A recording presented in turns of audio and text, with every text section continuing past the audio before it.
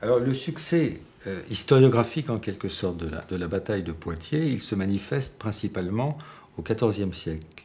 Dans les grandes chroniques de France, par exemple, on fait allusion, bien avant Charlemagne, on fait allusion à cet épisode.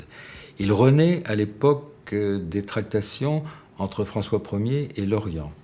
Mais le moment le plus sensible de ce succès, la raison pour laquelle on choisit Poitiers comme un lieu, un épisode important de l'histoire de la nation France, c'est à partir de la monarchie de Juillet. C'est à partir du moment où la France se lance dans la conquête de l'Algérie.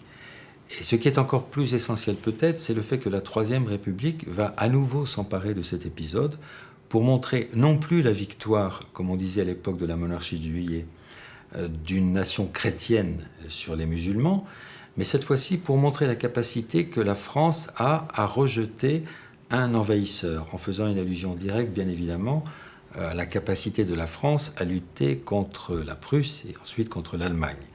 Et c'est vrai que c'est à cette époque-là que dans les manuels scolaires, pendant toute la Troisième République, dès 1880-1881, on voit se multiplier des images, toute une imagerie, presque une imagerie d'Épinal par rapport à la bataille de Poitiers.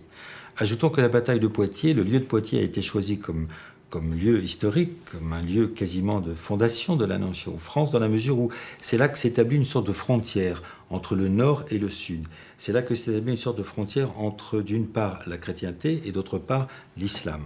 Mais ce qui me semble important, c'est encore une fois d'insister sur le fait que d'autres lieux auraient pu être utilisés dans l'élaboration d'un mythe, en particulier la bataille de Sigean en 737.